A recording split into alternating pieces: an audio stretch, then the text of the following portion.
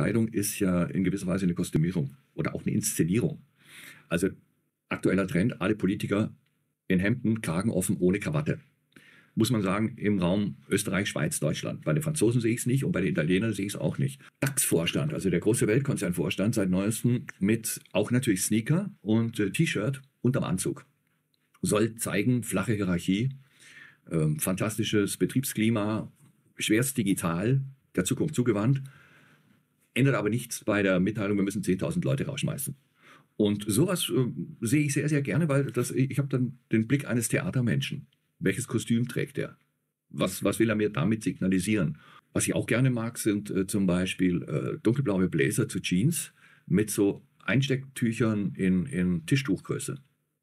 Also es soll auch irgendwie so eine Form von, zwar ich habe die Form, aber unten bin ich locker. Und da gibt's endlos viele Varianten und das wechselt ja auch praktisch wöchentlich. Mein Publikum sind doch mehrheitlich Männer. Und sehr häufig Männer mit Problemen in der Partnerschaft. Muss ich, entschuldige, das ist nicht persönlich gemeint. Aber ich glaube, man nennt sie auch Incels, soziologisch korrekt. Aber die Frage habe ich mir nie gestellt, weil ich meine, jetzt trete ich im Theater auf, da sind 700 Leute da, dann kann ich ja nicht jeden fragen, warum bist du hier? Mein Publikum ist auch älter. Mein Publikum ist, würde ich sagen, im Schnitt schon 50 plus, weil die natürlich schon in den Jahrhunderten, in denen ich schon auf der Bühne bin, mitgewachsen sind. Mhm. Das heißt, die waren so vielleicht 14, 15, 16, als wir damals mit Schmiteinander, mit dem Feuerstein angefangen haben und sind dann mitgewachsen. Und dementsprechend sind das natürlich auch die Themen der heißgeliebten Boomer und der älteren Generation. Das sind 21 Millionen Menschen in Deutschland, also ein Markt, der im Grunde Taylor Swift an den Rand der Bezahlkarte treibt. Und das sind genau die Themen. Erbschaft, Krankheiten, Rente, Eheverträge, falsch geschriebene Testamente, Verwechseln der Begriffe Erbe und Vermächtnis und solche Sachen. Also das ist so ein Publikum, was ein gewisses Alter hat. Millennials sehr, sehr, sehr wenige. Gibt es universelle Witze, die alle Menschen, alle Altersgruppen in allen Kulturen? Nein. Und ich würde auch sagen, südlich von Wien herrscht mit Sicherheit ein enormes Satire- und Humorpotenzial. Aber ich finde da leider keinen Zugang dazu. Also mein Publikum ist doch eher amerikanisch, englisch geprägt. Kannst du, wenn du jetzt versuchst, ein bisschen nachzudenken über deine Praxis, kannst du mir dabei helfen, einen guten Witz zu schreiben? Dir fällt etwas auf? Und also der zentrale Begriff, das ist aber das Einzige, was ich handwerklich so berücksichtige, sollte immer am Satzende stehen und dann sollte nicht noch ein Verb hinterherkommen. Also wenn ich zum Beispiel sage, die Pointe ist Ralf Rangnick, ja, der österreichische Nationaltrainer, dann sollte es sein, Ralf Rangnick am Schluss. Und dann sollte ich nicht sagen, hat Ralf Rangnick dafür gesorgt oder darüber hat dann auch Ralf Rangnick gesprochen, sondern der Name muss dann der Schluss sein, weil es muss dann gar nicht mal so eine starke Pointe sein, aber das Publikum kriegt so ein Signal, Achtung, Witzende. Man muss ja auch immer mitdenken für die Kundschaft. Ja? Und dann hat man einfach so Sachen etabliert. Ich wusste zum Beispiel mal in meiner Show nicht mehr, wo ich bin im Ablauf der Show und sagte dann irgendwie, da sah das Glas Wasser stehen, ich sage ja zu deutschem Wasser. Dann wurde das so ein Running Gag. Und das sagen teilweise heute noch Leute im Kellner und so, bringt ein Kellner und sagt, hier, ich habe für Sie deutsches Wasser. Das wird dann für lustig befunden.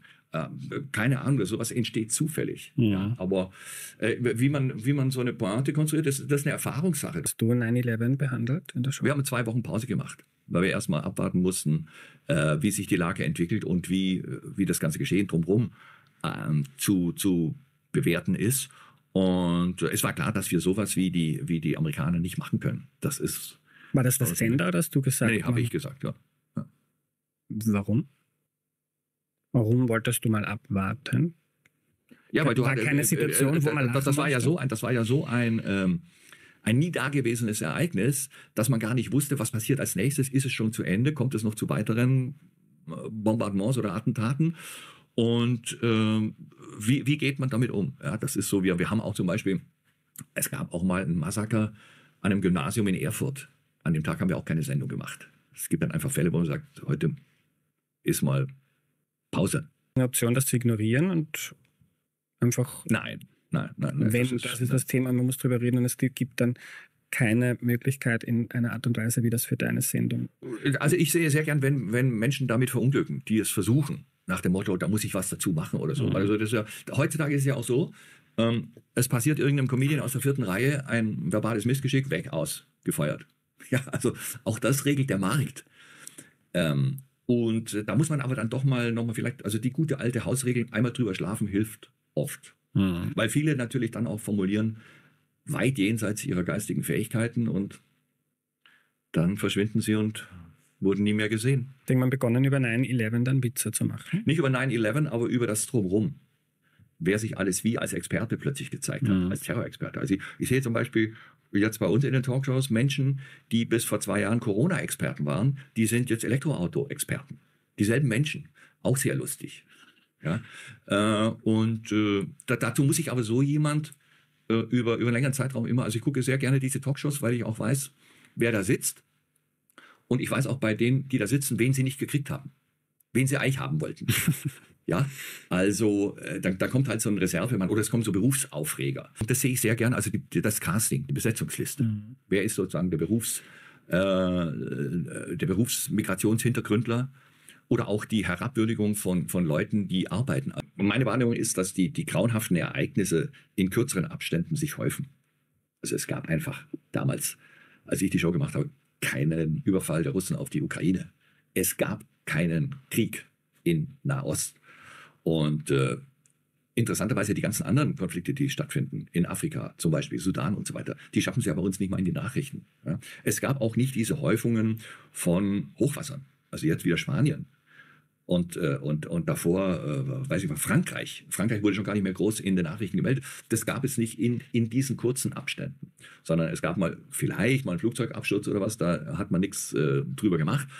Aber dass man in Echtzeit dabei ist. Gibt es sonst Grenzen, wo du sagst, darüber... Der Rechtsstaat. Der Rechtsstaat.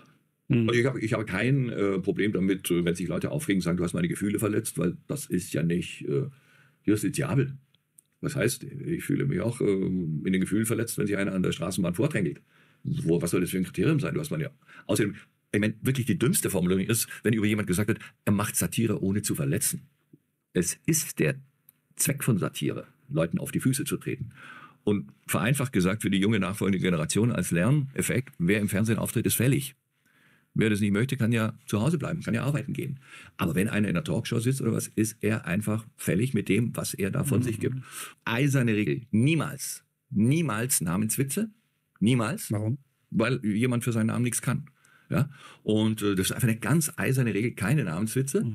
Und ich glaube nicht, dass wir nach unten getreten haben. Also die Devise war immer, unser Ziel ist ab dem Bundespräsidenten aufwärts.